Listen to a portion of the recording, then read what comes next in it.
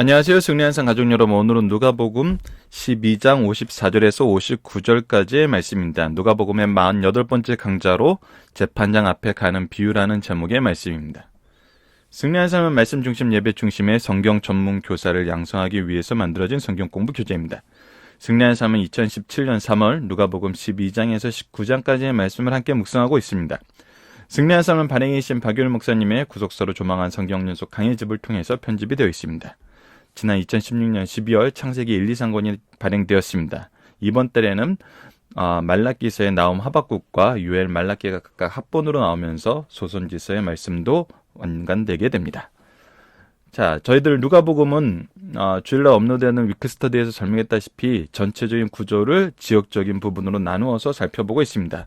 그 내용 안에서 지난주와 이번 주 내용을 연결해서 우리가 더 깊이 말씀의 본뜻을 찾는 훈련을 하고 있고, 이번 주에는 지금 빨간색으로 표현되고 있는 비유 설교의 의미를 연결해서 살펴보았습니다. 이 부분의 내용은 주일날 업로드되는 위크스터디를 여러분들께서 참조해 주시길 바랍니다. 이러한 내용 안에서 우리가 이번 주에 한 가지 제목으로 말씀을 적용하기 위해서 질문을 던졌는데, 그것이 뭐냐면 하나님 나라의 백성의 특징은 무엇인가 라는 부분이었습니다. 저희들 종의 비유와 청지기 비유를 통해서 우리 먼저 된 자, 선생들, 리더들의 사명에 대해서 배웠습니다. 자세와 사명에 대해서 배웠습니다. 그리고 불을 던지러 왔다는 것을 통해서는 우리가 이 세상과 어떻게 지내야 되는지, 더 엄밀히 말해서는 이 세상 안에서 말씀을 어떻게 계승해 나가야 되는지, 무엇이 중요한 것인지, 계승하는데 무엇을 기준으로 해야 되는지를 살펴봤습니다. 오늘 말씀에서는 기준이 있다는 것이 핵심입니다. 기준. 무엇을 기준으로 우리가 삶을 사느냐, 우리의 신앙에 무엇이 기준이냐, 이 기준이 있다는 것은 필연적으로 무엇을 얘기하냐면 바로 심판이 있다는 것입니다. 심판이 있다는 것은 바로 이 기준이 있다는 거예요. 이건 상호적으로 서로에게 무엇인가를 설명해줘요. 심판은 분명한 기준이 있다는 것을 설명해주고, 기준이 있다는 것은 결국엔 심판이 있다는 것을 설명해줘요. 자, 바로 이 기준이 무엇이죠? 바로 하나님의 말씀입니다. 우리가 어려서부터 승리하는 삶이, 이제 저희들 교육교재가 나오면은 여러분들께서도 강성교회에서 박유일 목사님께 지도를 받지 않으셨던 분들도 그 책을 통해서 아시게 되겠지만, 항상 가르쳐왔던 성경은 무엇인가에 대해서 지금 잠깐 나눠보도록 하겠습니다. 성경은 무엇입니까? 하나님의 말씀입니다. 그리고 신앙의 교과서입니다. 천국 가는 안내서입니다. 그리고 무엇이죠? 최후의 심판의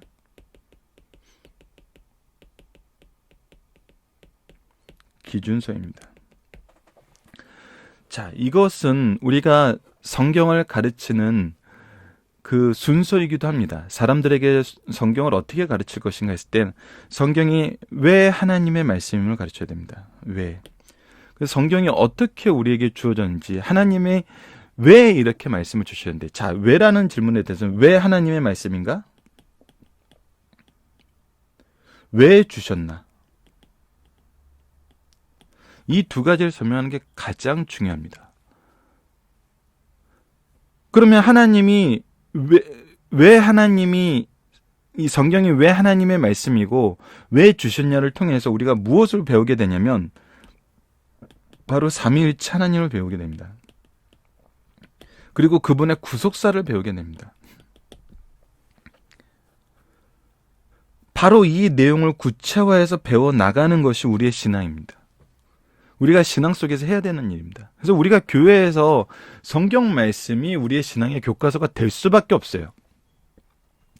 여러분들, 이거는 한국 어느 나라의 학교를 보더라도 분명하게 드러납니다. 어느 학교가 좋은 학교예요? 어느 학원이 잘 가르치는 학원이에요? 바로 그 내용을 잘 가르치는 곳이 좋은 학교이고 좋은 학원이에요.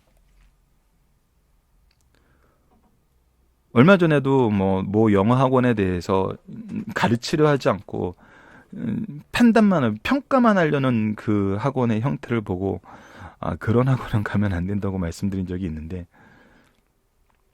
교회가, 가정이 하나님의 말씀을 가르치지 않는다면 그곳은 하나님이 세우신 신적 기관이 아니죠. 이것을 실천하기 위해서 만들어진 것이 바로 승리하는 삶입니다. 그래서 이것은 우리가 성경이 하나님의 말씀임을 아는 순간, 이것을 성경을 통해서 배우면은 하나님이 누구신지를 알게 되고, 하나님이 왜 주셨는지를 깨닫는 순간 하나님의 구속사를 알게 되는데, 이것을 온전하게 가르쳐주는 것이 바로 성경이란 겁니다. 그래서 우리는 교회에서, 가정에서 신앙의 교과서인 이 성경을 나눠야 돼요. 한번 보세요, 여러분. 교회와 가정이 무엇을 중심으로 움직이고 있는가? 하나님 나라의 백성은 하나님의 말씀을 가르치는 공동체가 되는 것입니다. 이것은 이론의 여지가 없어요. 자, 그거를 통해서 우리는 무엇을 봅니까? 천국 가는 안내서예요. 누가 안내자가 됩니까? 누가 이 천국 가는 길이 됩니까? 오직 예수. 삼위일체 하나님과 하나님께서 이루시는 이 구속사의 내용을 보면은 예수님 외에는 길이 없구나라는 걸 알게 돼요. 예수님 외에는 길이 없구나. 이거는 성령의 역사하심으로 삶을 통해서 또 체험이 돼요. 경험이 돼요. 경험이 된다는 것은 내가 또 증거가 된다는 거예요. 성경에는 이미 완성된 증거들이 완벽하게 구분되어 있어요. 근데 그것이 2000년 전에 완성된 말씀으로 우리에게 과거의 한 기록으로 남아있는 것이 아니라, 지금도 역사한다는 거예요. 지금도 역사한다는 겁니다. 동일하게 그 말씀에서 약속하셨던 그 약속이 동일하게. 그래서 이것이 지금도 천국 가는 안내서가 되는 거예요. 예수님 외에는 없는 거예요. 그리고 마지막에 뭐예요? 최후의 심판의 기준서가 됩니다. 이 기준 이미 성경 말씀을 통해서 다 가르쳐 주셨어요. 다 가르쳐 주셨어요. 이것이 성경이 우리에게 보여주는 것입니다. 성경을 통해 하나님께서 확인시켜 주시는 것들입니다. 성경은 하나님의 말씀이요, 신앙의 교과서요, 천국 가는 안내서요, 최후의 심판의 기준서이다.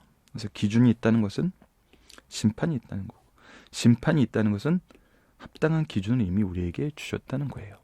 자, 이 개념 안에서 오늘 말씀을 봅시다. 재판장 앞에 가는 비유입니다. 또 무리에게 이르시되 너희가 구름이 서쪽에서 있는 것을 보면 곧 말하기를 소나기가 오리라 하니니 과연 그렇다. 자, 이건 뭡니까? 구름이 서쪽에서 인다는 것은, 지금 이스라엘 지역은 어떻게 돼 있어요? 이쪽은 내륙 지역이에요. 동쪽은 내륙 지역이죠. 서쪽은 어디예요? 지중해예요. 서쪽에서 구름이 인다는 것은 지금 기존에 있던 구름과 이쪽의 구름이 뭐하게 되는 거예요? 충돌하게 되는 거죠.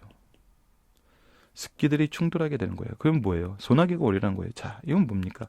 하나님께서 자연의 질서를 만들어 놓으셨어요. 그 질서 안에서 이 일이 이루어져요. 자, 남풍이 부는 것을 보면 말하기를 심히 더우리라 하니 과연 그런.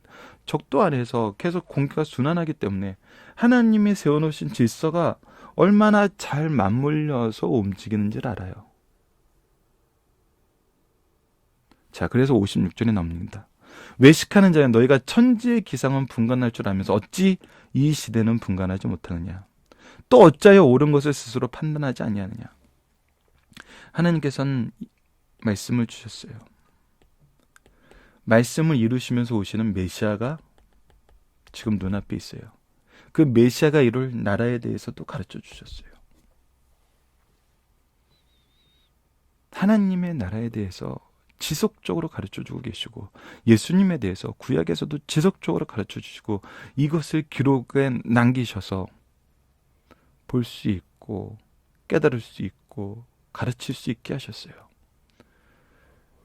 성경의 신앙의 교과서라는 부분을 여러분들 배우신 분들 아시겠지만, 하나님께서 모세에게 성경을 줄 때 처음부터 무엇이 목적이었냐면 계승하게 하는 거예요.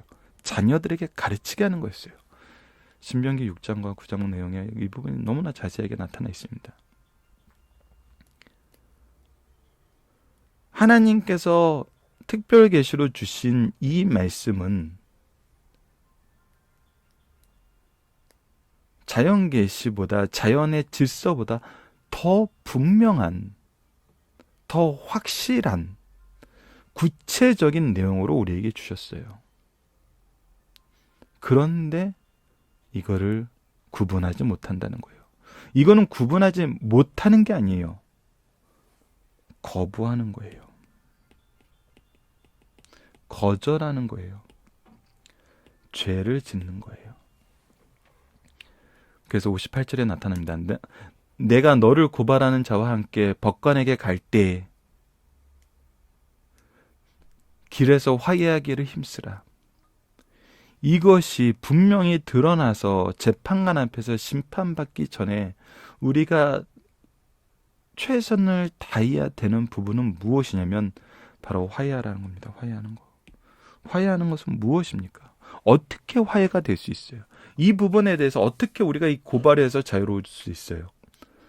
바로 이 기준으로 돌아가는 겁니다. 기준으로 돌아가라. 종교개혁 안에서 여러 가지 내용이 있습니다. 하지만 그 핵심적인 뭐냐면 말씀으로 돌아가자. 말씀으로 돌아가자. 이것이 유일한 화해의 길이고 우리의 죄가 대속의 은혜 안에서 속죄받는 길이거든요. 그가 너를 재판장에 끌고 가서 재판장이 너를 옥졸에게 넘겨줘 옥졸이 옥에 가둘까 염려하라. 결국 무엇을 우리가 중요하게 봐야 되냐면 하나님의 심판이 어떠할 것을 봐야 돼요. 여러분들, 예수님이 이 말씀을 하시고 우리에게 무엇을 주셨어요? 신약을 주셨어요. 요한계시록을 주셨어요. 신약의 전체를 주시고 요한계시록을 통해서 신약을 마무리하신 그 하나님의 계획을 보면은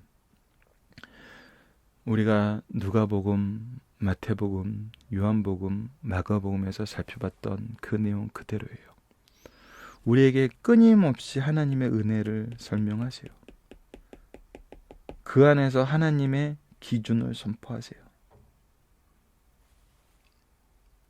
그래서 요한계시록이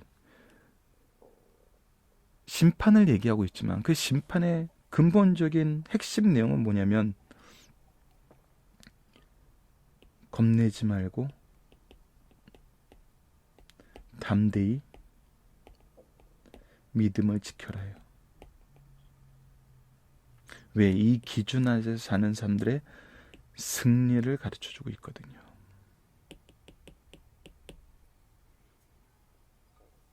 하나님 나라에서의 승리, 하나님 나라에 임함으로써의 승리.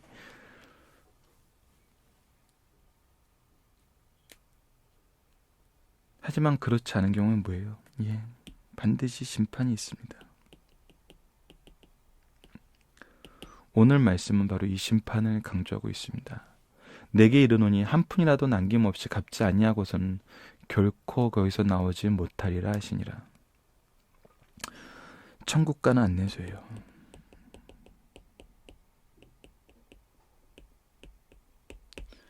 원웨이.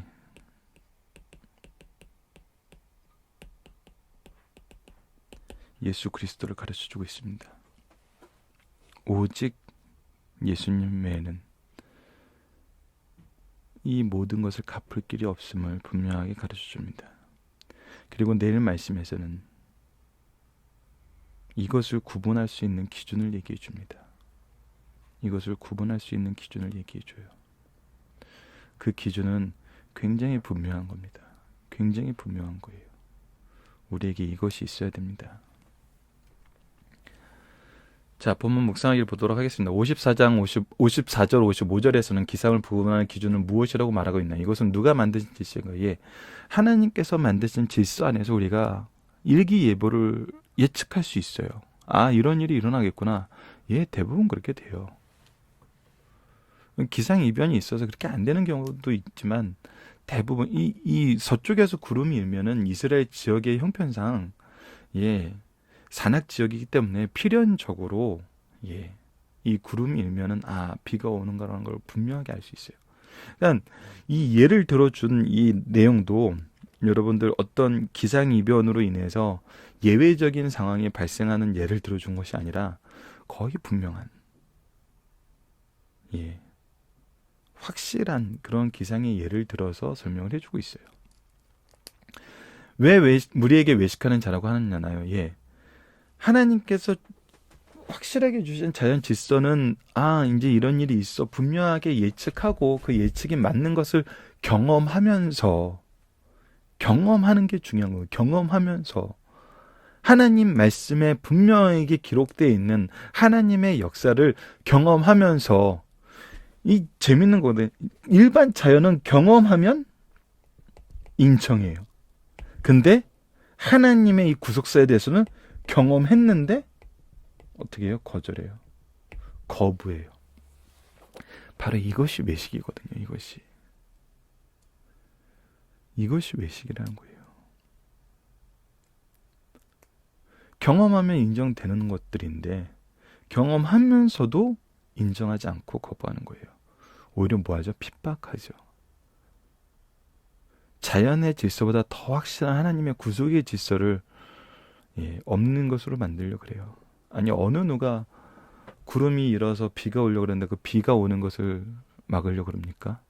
남풍이 불어서 따뜻해지고 더워지는 그 자연환경을 누가 막으려고 그래요?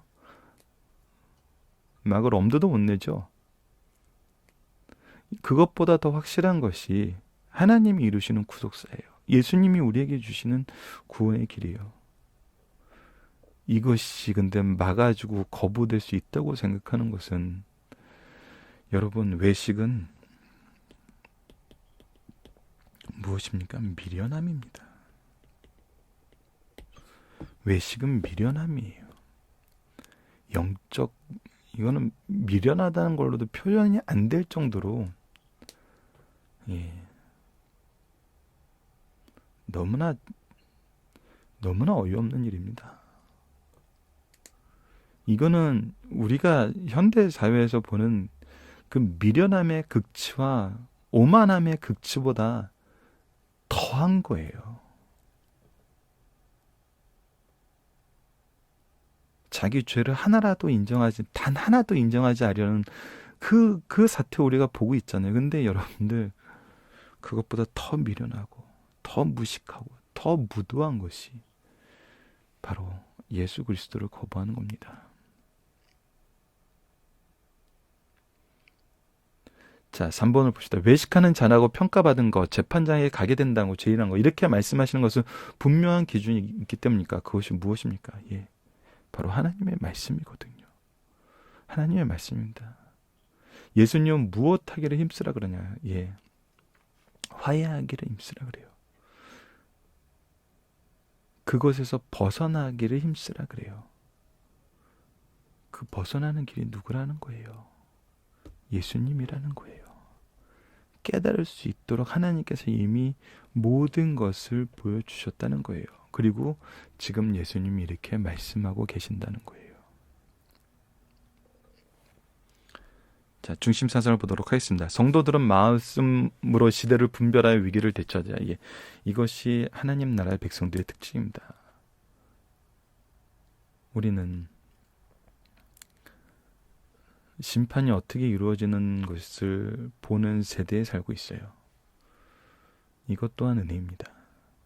세상의 심판도 이렇게 이루어질진데 하나님 나라의 심판이 얼마나 엄미하게 이루어질지는 우리가 분명히 알아야 됩니다.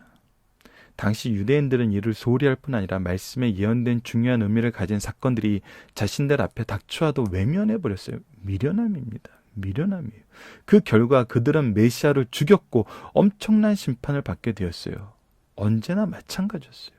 역사 속에서 정치적, 경제적 사건을 판단할 수 있어도 하나님의 섭리하신 손길을 발견할 수 없다면 유대인들과 마찬가지로 영적 맹인으로 역사에 큰 오류를 범할 수 있습니다. 자, 여러분들, 교회에서 가르쳐주는 것은 세상 경제사가 아니에요. 세상 정치사가 아니에요. 세상 경제와 정치 이면에서 역사하시는 하나님의 손길이에요. 그것을 가장 잘 확실하게 보여준 곳이 바로 대한민국입니다. 6.25 전쟁 이후에 기독교인들을 통해서 회복시키시는 하나님의 방법, 이 하나님의 사명을 전 세계적으로 수행하기 위해서 하나님이 한국을 어떻게 쓰셨고 그렇게 쓰시기 위해서 한국을 어떻게 채우시고 사용하셨는지, 그 안에서 교회들이 어떤 역할을 하고 주의 종들이 어떤 역할을 했는지, 여러분들 80년대까지는, 어찌 보면 90년대까지는, IMF 이전까지는 교회가 이것을 가르쳤어요. 교회에서 청년들이 바로 이것을 나눴어요. 하나님이 역사하시는 손길, 하나님이 역사하시는 손길. 청년들이 이것으로 밤새워서 토론해도 끝나지 않는 증거들의 향연이었어요. 그런데 IMF 이후에 교회에서는 하나님의 손길을 찾아보지 못하고 있습니다. 이것에 대해서 여러 가지 분석이 있지만 한국 교회가 축복 위주의 설교만 하다가 IMF 때 그 축복이 사라지는 것을 눈으로 확인하고 나서는 그들이 생각하는 축복이에요. 물질의 축복이었죠.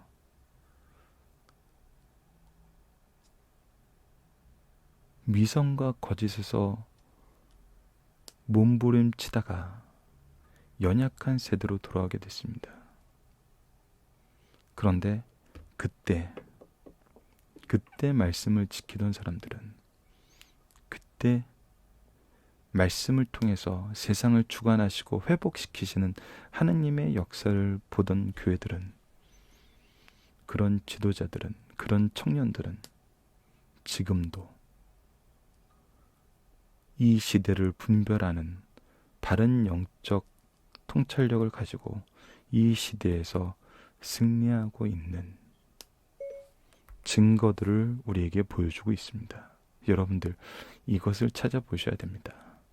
우리 교회와 가정에서 이것을 봐야 돼요. 그리고 이것을 가르쳐야 됩니다.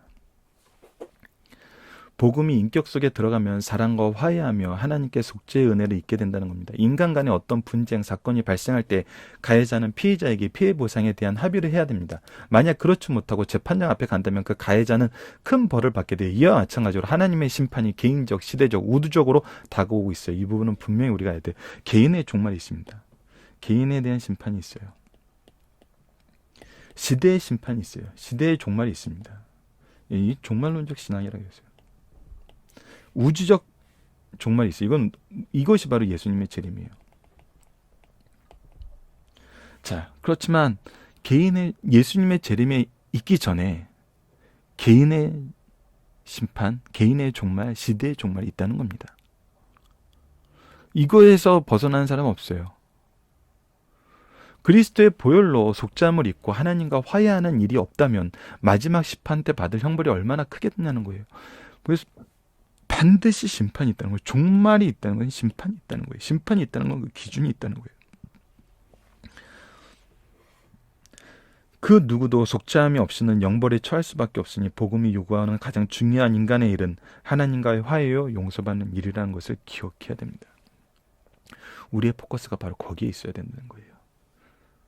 복음을 거부하는 자들이 받을 형벌을 구체적으로 보여주고 있습니다. 예수님이 이 간곡한 말씀을 듣고도 예수님 시대 사람들은 예수님을 메시아로 받아들이지 못했어요. 그 결과 주 70년경 예루살렘과 성전이 완전히 파괴되고 말할 수 없는 재난과 파멸을 가져왔어요. 그들은 구원의 도를 멀리하고 영생의 길에서 이탈하였어요. 오늘도 그 시대와 같이 구체적인 말세의 징조와 구원의 도를 제시하여도 이를 외면하다가 주의 재림 때 영원한 불못에 들어갈 사람들이 있다는 사실을 경고한 말씀입니다. 여러분들, 이 경고의 말씀을 예수님이 분명히 하셨다는 것에 대해서 여러분들 기억하셔야 됩니다. 이것만 부각시켜서는 잘못된 신앙을 가지게 될 수 있어요. 그렇기 때문에 여러분들, 누가복음 전체가 보여주는 이 내용을 우리가 살펴보고 있는 내용 안에서 예수님이 이 심판의 내용을 언제 강하게 말씀하셨는지도 아셔야 돼요. 그렇다면 그 사전에 우리가 전해야 되는 하나님의 복음의 은혜의 풍요로움이 많이 있다는 거예요. 여러분, 기독교 교육에서 가장 좋은 것은 있는 그대로 가르치는 겁니다. 그래서 누가복음이나 어떤 성경을 연속 강의 설교로 배운다는 것은 굉장히 안정적이고 균형 있게 말씀을 볼 수 있게 만들고 하나님을 이해하게 만들어요. 하나님의 기준을 바로 해석하게 만들어요. 그래서 여러분들 끊임없이 이 연속 강의 설교를 통해서 말씀을 나누시는 승리한상 가족 여러분들 되었으면 합니다. 살펴보기 정답은 여러분들 카페를 통해서 확인해 주시고요. 하나님과의 화해는 무엇을 통해서 어떻게 이루어지는가? 다 아시죠? 말씀의 기준이고 이 말씀의 기준에서 모든 구원을 이루신 하나님과의 화해의 은혜를 이루신 예수 그리스도를 통해서입니다. 성경이 천국 가는 안내서라는 것은 오직 예수라는 이 확실한 진리를 가르쳐주기 때문입니다. 자, 말씀을 기초로 기도하기를 통해서 마치겠습니다. 하나님, 이미 주신 말씀을 통해서 구속의 은혜를 깨닫게 하셨음에도 불구하고 받아들이지 못하는 어리석음을 용서하여 주소서. 이제 우리가 주님을 바로 알고 믿어 구원에 이르고 참된 화평을 이루게 하여 주소서. 예수님 이름으로 기도드립니다. 아멘.